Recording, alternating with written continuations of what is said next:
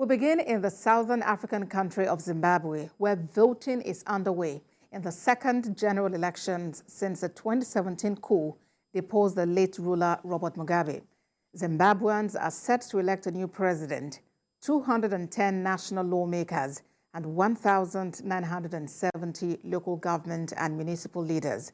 11 candidates, including one woman, are vying for the presidency. Approximately 6.6 million Zimbabweans have registered to vote in what is expected to be a keenly contested election. The Zimbabwe Electoral Commission says it will take 5 days to announce the official results, although preliminary results may come in earlier. There have been reports of delays at some polling stations, and the electoral body confirmed that voting times will be extended in those areas. Ahead of voting, the United States Department of State said it was concerned by recent political violence and legislation that curtails human rights and freedoms. Polls are expected to close at 7 p.m. local time. Global Affairs analyst Adebayo Oluwake joins me to discuss the Zimbabwean general election. Thank you for joining us on The World Now. Before we delve fully into the election itself, let's talk about the 5 years of Mnangagwa's presidency. Just how much of significance is there between now and the Mugabe era?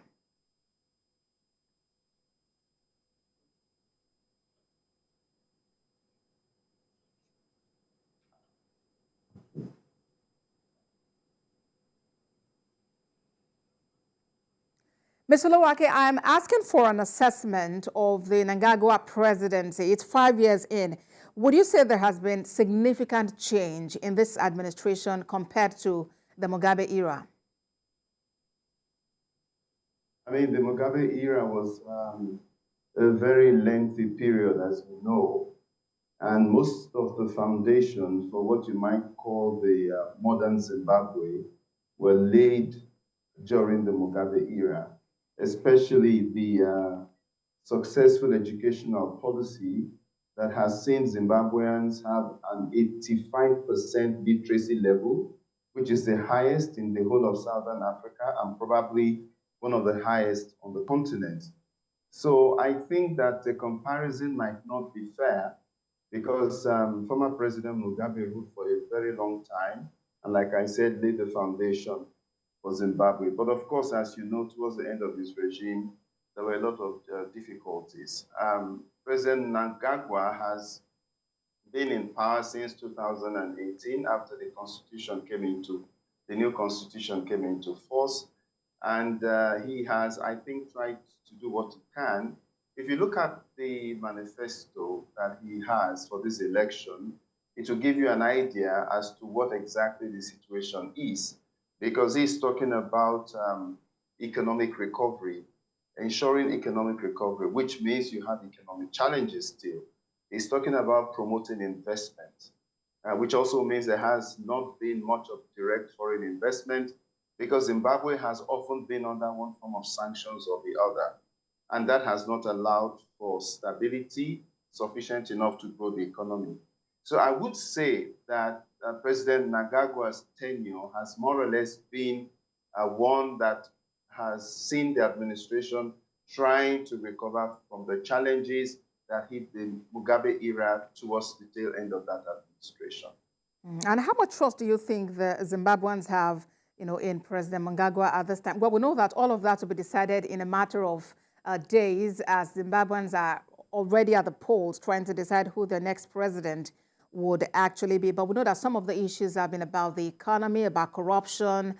I mean, there's just a whole lot going on. Yes, what we have in Zimbabwe is typical of what you will find generally in many developing countries. Those challenges, I mean, and they obviously dominate the manifestos of both candidates. President Mnangagwa is facing a stiff challenge from Nelson Chamisa, who has been one of the youngest politicians to emerge in Zimbabwe and has been around for a while. So the level of trust that the citizens might have will, of course, be known in a matter of days, because the Constitution stipulates the release of election in 5 days. And the report internet has been restricted in Zimbabwe.